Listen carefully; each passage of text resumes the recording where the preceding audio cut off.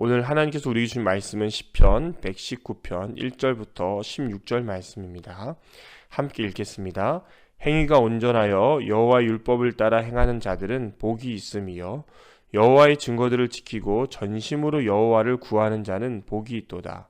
참으로 그들은 불의를 행하지 아니하고 주의 도를 행하는도다. 주께서 명령하사 주의 법도를 잘 지키게 하셨나이다. 내 길을 굳게 정하사 주의 율례를 지키게 하소서. 내가 주의 모든 계명에 주의할 때에는 부끄럽지 아니하리이다. 내가 주의 의로운 판단을 배울 때에는 정직한 마음으로 주께 감사하리이다. 내가 주의 율례들을 지키리오니 나를 아주 버리지 마옵소서. 청년이 무엇으로 그의 행실을 깨끗하게 하리이까? 주의 말씀만 지킬 따름이니라. 내가 전심으로 주를 찾았사오니 주의 계명에서 떠나지 말게 하소서. 내가 주께 범죄하지 아니하려 하여 주의 말씀을 내 마음에 두었나이다. 찬송을 받으실 주 여호와여, 주의 율례들을 내게 가르치소서. 주의 입에 내 모든 규례들을 나의 입술로 선포하였으며 내가 모든 재물을 즐거워함 같이 주의 증거들의 도를 즐거워하였나이다.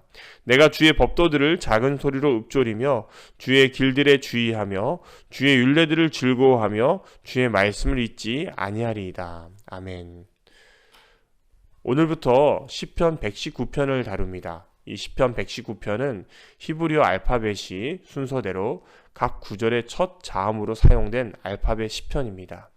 히브리어 시 가운데 가장 정교하고 문학성이 뛰어난 시 중 하나가 바로 우리가 읽은 알파벳 시입니다. 우리말로 치면 각각의 구절이 기역, 니은, 디귿 순서로 첫 글자가 시작되는 시입니다. 히브리어 자음은 22개입니다. 알파벳 C는 보통 22절로 되어 있는데 우리가 읽은 119편은 하나의 알파벳을 8구절에 걸쳐서 첫 자음으로 사용합니다. 그래서 8개씩 22단락으로 구성되어서 모두 176절로 이루어져 있습니다. 이 시편 내용은 한마디로 표현하면 말씀에 대한 찬양입니다. 이 시를 통해서 두 가지를 살펴보고자 합니다. 먼저 1절부터 8절입니다. 여기에서는 말씀을 따르는 사람이 누리는 행복에 대해서 나타납니다. 이 1절부터 8절은 1절부터 4절과 5절부터 8절로 나눌 수 있는데 1절부터 4절에서는 일반적인 선포가 나타나고 5절부터 8절에서는 시인 자신의 이야기가 나타납니다. 이 말씀 전체를 살펴보면은 늘 말씀을 지키겠으니 자신을 지켜달라는 기본적인 어떤 기도와 간구가 나타난다고 볼 수 있습니다. 먼저 1절부터 2절에서는 어떤 사람이 복 있는 사람인가 나타납니다. 여기서 복은 그냥 복보다는 행복이라 이렇게 말할 수 있습니다. 그래서 행복한 자여 이렇게 시작된다고 볼 수가 있습니다. 어떤 사람이 행복한 사람입니까? 그것은 하나님의 율법을 따라서 행하는 사람입니다. 하나님의 증거들을 지키고 전심으로 하나님을 구하는 자입니다. 즉 예수님 잘 믿고 믿음 생활 잘하는 사람이 행복한 사람이다 말할 수 있습니다. 3절부터 4절에서는 이렇게 말씀을 통해서 행복을 찾은 사람의 삶을 보여줍니다. 그들은 불의를 행하지 않고 주의 도를 행하고 하나님께서 말씀하신 법들을 잘 지키는 사람입니다. 어느 한순간도 말씀에서 벗어나지 않는 것을 강조하고 있습니다. 행복한 사람은 하나님의 말씀을 잘 지키는 사람입니다. 말씀대로 행하는 사람입니다. 5절부터 8절에서는 개인적 차원에서 말씀과 관련된 간구와 다짐이 나타납니다. 먼저 5절에서는 시인은 여호와의 율례를 지키게 해달라고 간구합니다. 왜냐하면 자신의 힘으로 말씀을 지킬 수 없기 때문입니다.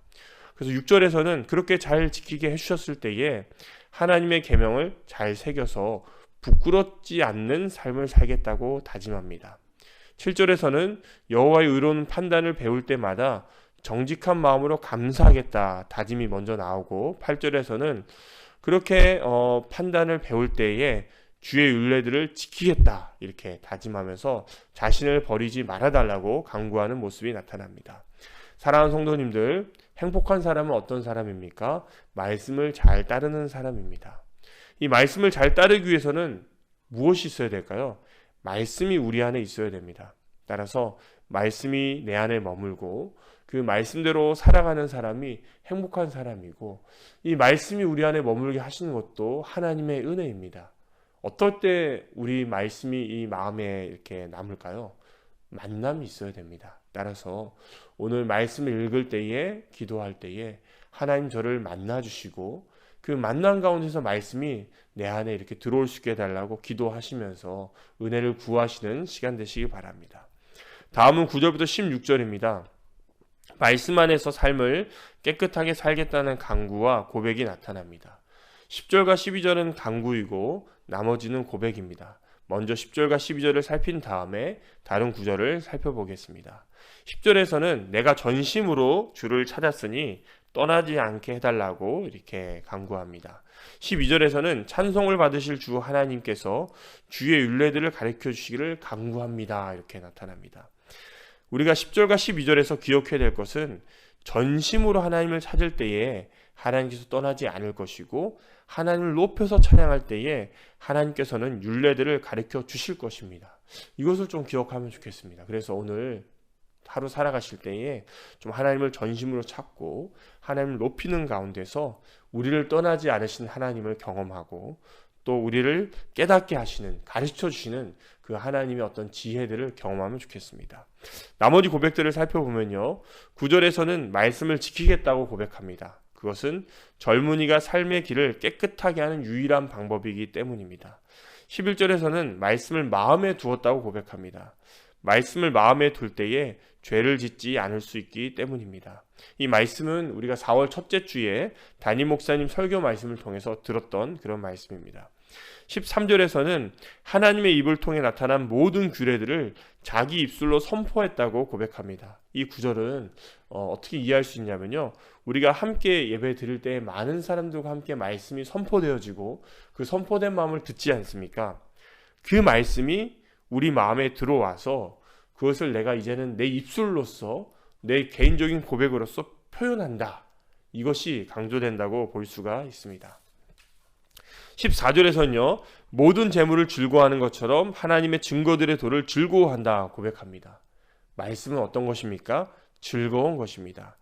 15절부터 16절에서는 여호와의 법도들을 작은 소리로 읊조리고 하나님의 길들에 주의하면서 하나님의 율례들을 즐거워하고 하나님의 말씀을 잊지 않겠다 고백합니다.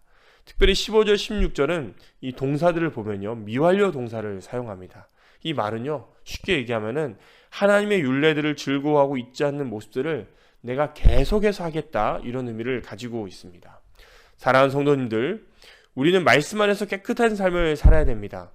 그것은 계속해서 말씀을 즐거워하고 잊지 않는 것입니다. 따라서 말씀 안에서 살아가시면서 깨끗하고 또 앞에 다룬 행복한 삶을 누리시는 성도님 되시길 바랍니다. 기도하겠습니다.